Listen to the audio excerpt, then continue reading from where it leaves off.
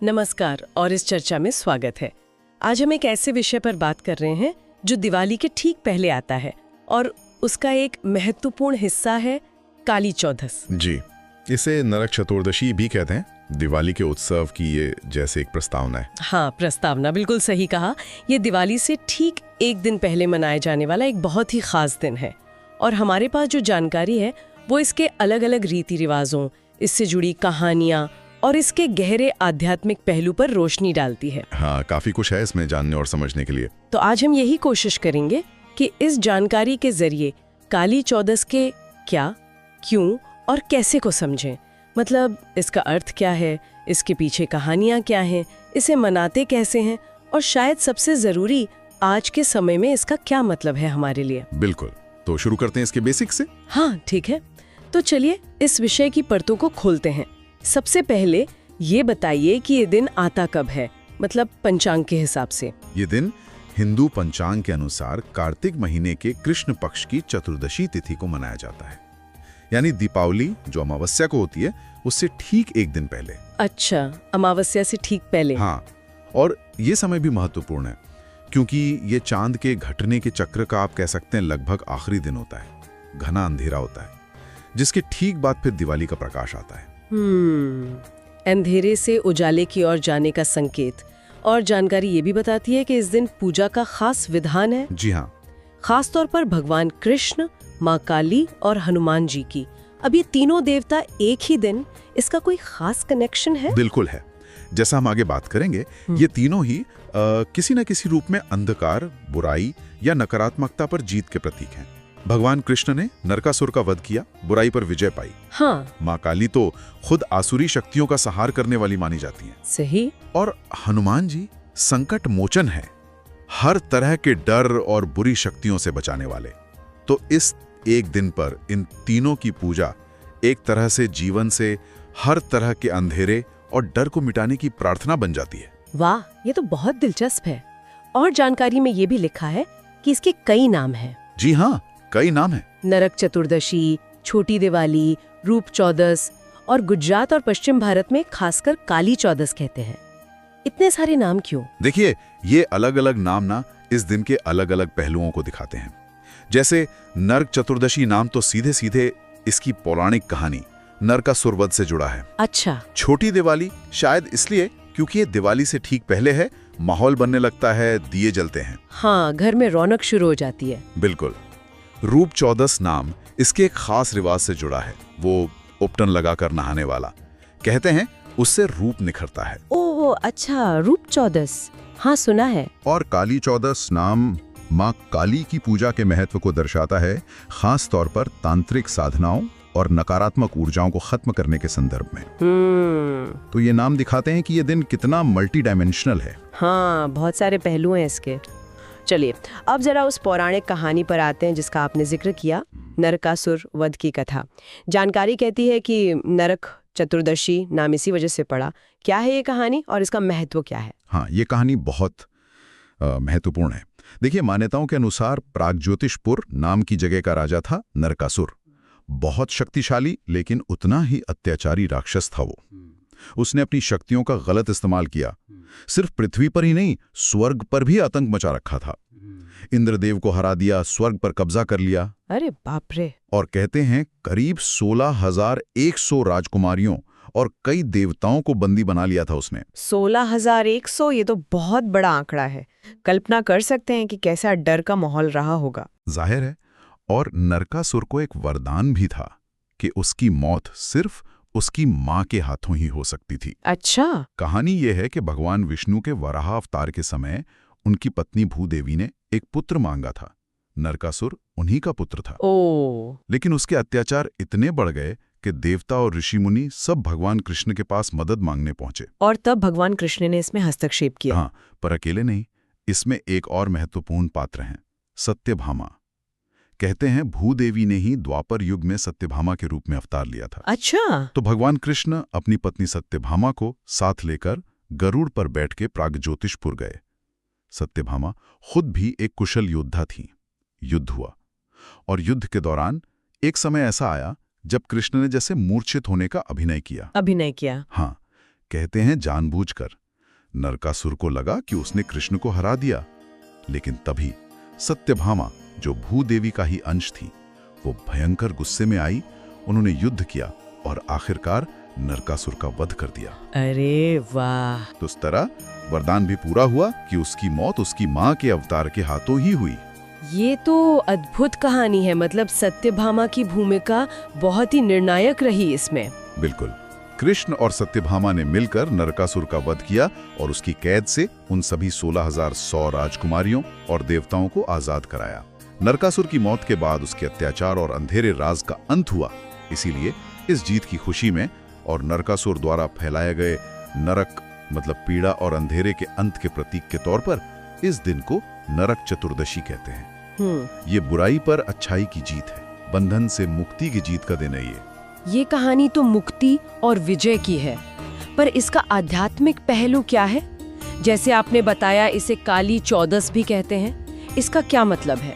देखिए, काली शब्द का एक मतलब अंधेरा या काल भी होता है और चौदस यानी चतुर्दशी तिथि। हाँ, तो काली चौदस का मतलब हुआ वो दिन जो अंधेरे पर विजय पाने का है। लेकिन ये अंधेरा सिर्फ बाहरी दुनिया का नहीं है, ये हमारे अंदर की जो नेगेटिव एनर्जी है, बुरी शक्तियां हैं, हमारा अज्ञान है, आलस है, हर तरह के जो गंदे विचार हैं, उनका भी प्रतीक है। अच्छा। तो ये दिन इन सभी अंदरूनी और बाहरी अंधकारों को नष्ट करने का, उनसे जीतने का एक अवसर माना जाता है। तो ये सिर्फ बाहर की बुराई नहीं बल्कि हमारे अपने मन की बुराइयों को खत्म करने का दिन भी है। बिल्कुल सही, यही इसका गहरा आध्यात्मिक मतलब है। और जानकारी ये भी बताती है कि ये रात तांत्रिक साधनाओं के लिए भी बहुत खास मानी जाती है। अच्छा। माना जाता है कि इस रात को की गई साधनाएं ज्यादा शक्तिशाली होती हैं, क्योंकि ये रात शायद यूनिवर्स की एनर्जीज के एक खास संगम का समय होती है जो नेगेटिविटी को दूर करने में मदद करती हैं।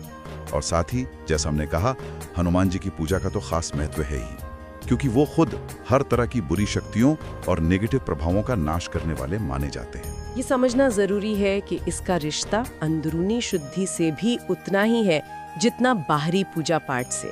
अच्छा, अब इस पर आते हैं कि इस दिन असल में किया क्या जाता है। जानकारी में कुछ खास रस्मों का जिक्र है। सबसे पहले सुबह के स्नान की बात है, जिसे रूप चौदस स्नान या अभ्यंग स्नान कहते हैं। क्या महत्व है इसका? हाँ, अभ्यंग स्नान इस दिन का एक बहुत जरूरी हिस्सा है। इसमें सूरज निकलने से पहले उठकर शरीर पर एक खास उपटन लगाया जाता है। उपटन किस चीज का? उसमें तिल का तिल होता है, बेसन, हल्दी और दूसरी खुशबूदार जड़ी बूटियां हो सकती हैं। फिर उससे नहाते हैं। इसके दो मुख्य कारण माने जाते हैं। पहला तो शारीरिक शुद्धि और सुंदरता बढ़ाना। मानते हैं कि इससे स्किन ग्लो करती है, तभी तो इसे रूप चौदस भी कहते हैं। हाँ, रूप चौदस। और दूसरा जो ज्यादा महत्वपूर्ण है, वो इसका प्रतीकात्मक मतलब है। ये स्नान शरीर और मन पर जो नेगेटिविटी, आलस और पापों की परत जम जाती है ना, उसे हटाने का प्रतीक है। अच्छा। जैसे हम शरीर से मैल साफ करते हैं, वैसे ही इस स्नान से हम एक तरह से अपने ऑरा और मन को शुद्ध करते हैं। यानी ये सिर्फ बाहरी रूप नहीं, अंदर की सफाई का भी प्रतीक है। ठीक है। इसके बाद जानकारी में दीपदान का जिक्र है, खासकर घर के बाहर और दक्षिण दिशा में। इसे यम दीपदान क्यों कहते हैं और इसका क्या महत्व है? दीपदान यानी दिए जलाना, ये भी एक जरूरी रस्म है। इस दिन घर के मेन गेट पर तुलसी जी के पास रसोई में दिए जलाते हैं। लेकिन सबसे खास है दक्षिण दिशा में यमराज के लिए दिया जलाना। इसी को यम दीपदान कहते हैं। दक्षिण दिशा ही क्यों? हिंदू मान्यताओं में दक्षिण दिशा यम यानी मृत्यु के देवता की दिशा मानी जाती है। तो इस दिन यम के नाम का दिया जलाने के पीछे ये मान्यता है कि इससे घर के लोगों की अकाल मृत्यु से रक्षा होती है। अच्छा। और यमराज खुश होकर उन्हें लंबी उम्र का आशीर्वाद देते हैं। ये दिया जैसे यमराज का रास्ता रोशन करने और उनसे कृपा पाने का एक तरीका है। और अगर प्रतीक के तौर पर देखें तो ये मौत के डर रूपी अंधेरे को भगाने की कोशिश भी है। मौत के डर से मुक्ति के लिए दिया जलाना, ये तो काफी गहरा विचार है। अच्छा, जानकारी में हनुमान जी की पूजा का भी विधान बताया गया है। जी हाँ। उन्हें सरसों का तेल, सिंदूर, लड्डू चढ़ाना और मंत्र जाप करना। हनुमान जी का इस दिन क्या खास कनेक्शन है? जैसा हमने पहले बात की, हनुमान जी तो संकट मोचन है, बल, बुद्धि, विद्या देने वाले हैं और सबसे बढ़कर वो हर तरह की नेगेटिव शक्तियों, भूत प्रेत और डर से बचाने वाले माने जाते हैं। बिल्कुल। तो काले चौदस, जो कि अंधेरे और नेगेटिव एनर्जी को दूर करने का दिन है, उस दिन हनुमान जी की पूजा करना तो स्वाभाविक रूप से जरूरी हो ही जाता है। उनकी पूजा से हिम्मत मिलती है, डर दूर होता है, जीवन में जो मुश्किलें आती हैं उनसे लड़ने की ताकत मिलती है।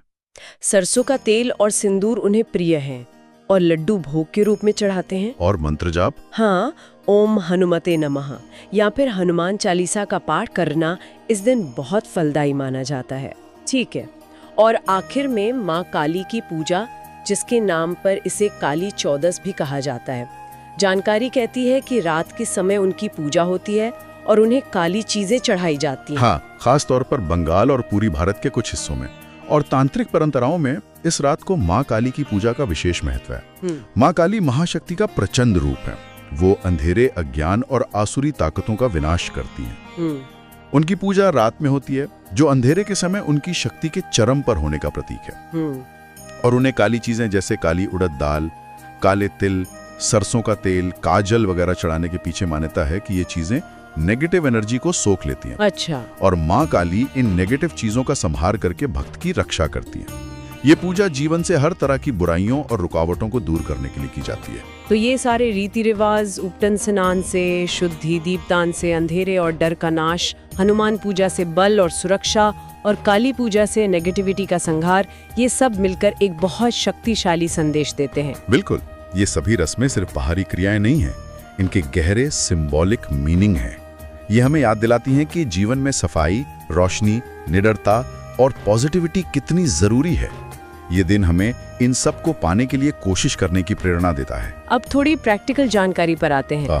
जो लोग इसे विधि विधान से मनाना चाहते हैं, उनके लिए आने वाले साल यानी 2025 में काली चौदस की तारीख और शुभ मुहूर्त क्या है? जानकारी के हिसाब से 2025 में काली चौदस या नरक चतुर्दशी शनिवार 25 अक्टूबर को मनाई जाएगी। 25 अक्टूबर शनिवार? जी।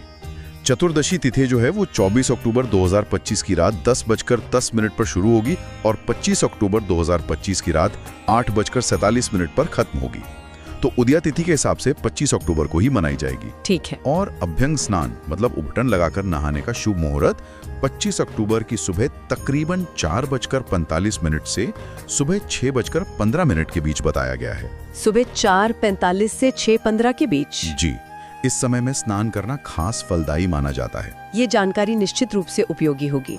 अच्छा, अब एक और जरूरी पहलू पर आते हैं। इस दिन क्या करना चाहिए और क्या नहीं करना चाहिए?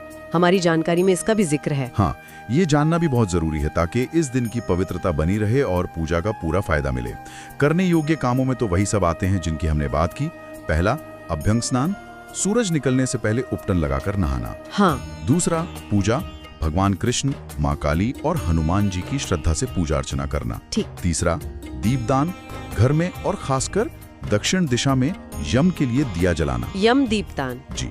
चौथा, स्वच्छता, घर की साफ सफाई करना, क्योंकि ये दिवाली की तैयारी का भी हिस्सा है। सही है। और पांचवा और शायद सबसे जरूरी, संकल्प लेना, अपने अंदर की नेगेटिविटी, बुरी आदतों या विचारों को छोड़ने का संकल्प लेना। और किन चीजों से बचना चाहिए इस दिन? मतलब क्या नहीं करना चाहिए?